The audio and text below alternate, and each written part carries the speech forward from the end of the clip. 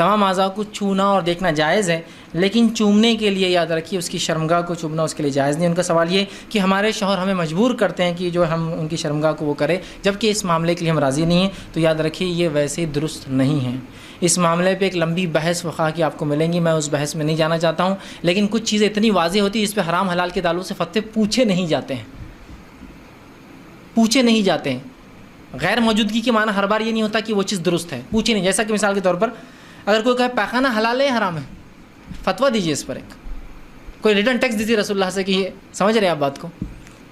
तो जो चीज़ but naturally understood है, जिसको बोलने की ज़रूरत ही नहीं है ना, मतलब आप समझ रहे हैं उस बात को, बोलने की ज़रूरत है कि उस चीज़ को बट नेचुरल है। जानवरों के पैखाने के हलाल है, बोलने की ज़रूरत नहीं, गिलाज़त है, उसके बारे में हुर्मत के फतवे नहीं दिए जाएंगे आपको। नाली का पानी हलाल है हराम है, बोलने की आप इसी तरीके से देखते रहिए इस्लामिक चैनल्स स्टोरीज़ को। हम आपके पास इस्लामिक वीडियो भेजते की ज़रूरत नहीं है मेरे भाई, ये बट नेचुरल अंडरस्टूड होता है। लंबी बहसों में लोग जाते हैं कि यहाँ इतनी इजाज़त है वहाँ उतनी इजाज़त है। मैं कहूँगा जो सादी सी बात है और जो साइंटिफिक रिसर्च स्टडीज़ है वो यही है कि अगर हम शर्मगाह जैसी चीज़ को अगर इंसान मुंह लगाए तो इसके बहुत ख़तरनाक असरात जिस्म पर होते हैं।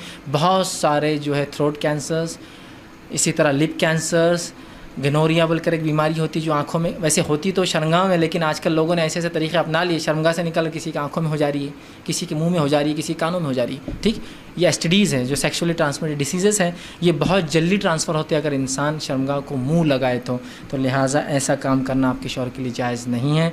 आप उनको समझाइए, आप उनको मनाइए और इस चीज़ को एक्सप्लेन कीजिए। उन्होंने कहा कि वो मेरी लाख ना मौजूद मतलब ना चाहने के बाद भी ऐसा करते हैं, तो आपकी कराहत पे उन्होंने अमल करना चाहिए। और इस चीज़ को देखिए, एक चीज़ कभी जायज़ होती है लेकिन अगर वो पसंद ना करे तो वो भी इस्लाम में दुरुस्त नहीं। जायज़ है लेकिन अभी दिल नहीं है किसी का, तो भी वो दुरुस्त नहीं है। तो इस तरह से करना तो बिल्कुल शरन दुरुस्त नहीं है। तो लिहाजा आप उनको रोके, उनको टोके। लेकिन बहरहाल फिर भी अगर आप मजबूर कर दी जाए तो मुख्तलिफ़ तरीक़े आपके पास है, आप उस चीज़ से निकल सकते हैं। मैं समझता हूँ हर चीज़ समझाना मेरे लिए ज़रूरी नहीं है। कभी दाँत तेज़ भी हो जाते हैं, कभी जो है कुछ भी हो सकता है बहरहाल, तो उसे भी चाहिए कि एहतियात करे। बहरहाल मतलब इंसान है, होता है कभी बहरहाल। तो आप ज़्यादा होशियार है। किसी नौकर को अगर ज़्यादा काम दिया जाए तो वो क्या करता है ना, मालूम ना, कभी चीज़ को फेंक देता है। तो आइंदा बोलते हैं इसको ज़्यादा मत दो, फेंक देता ही। तो यू हैव आपके पास बहुत से रास्ते हैं। अगर निकलना चाहे तो बहरहाल बहुत चीज़ें हैं। बहरहाल आप कोशिश करें तो क्या कुछ आपके पास नहीं है। बहरहाल समझ जाइए मेरा इशारा, तो बहुत चीज़ें हो सकती है। ठीक है।